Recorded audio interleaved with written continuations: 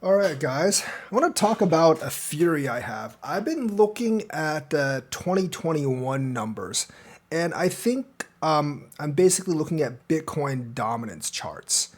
Now, the thing is, like, we had a lull between essentially March, April 2021 and the eventual top of November 2021. During that time, Bitcoin dominance rose about 6 to 7%. And I'm assuming it's probably going to be about the same this time. I know some of you are hoping for a May to June pump. I don't think that's coming. I don't think Powell is going to lower the interest rates in May. He will in June, I think, but everyone's kind of expecting that, so I don't expect that to give us that big of a boost.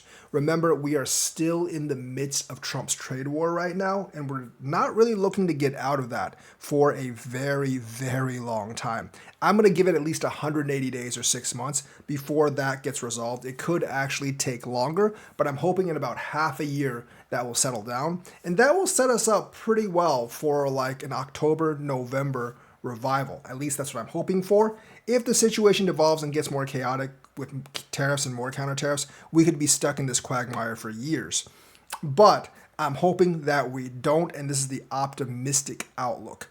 At this point, the best case scenario is that Bitcoin essentially just trades up and down, back and forth. It probably will fall some back into the 70s range, maybe even to the 60s range, but it'll generally trade back and forth within a certain range. But when we actually do that in a more bearish sentiment, and yes, we are in a more bearish sentiment right now. Consumer confidence is the lowest it's been in 12 years. So you can't really say we don't have a bearish sentiment right now.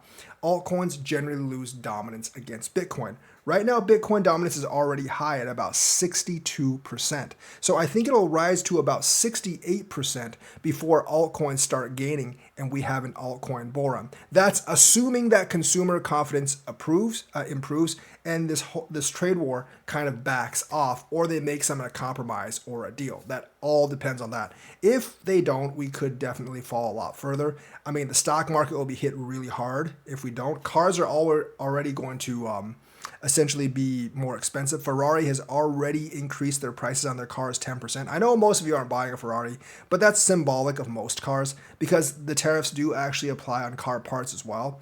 And most car parts, a lot of car parts will change across the border multiple times between here, Canada, and Mexico before going to final assembly for the car. So each time that tariff hits, it's going to make that part more expensive, which makes the entire car more expensive. Of course, it's going to affect other products as well. So as long as we have that there, consumer sentiment is going to be very, very low.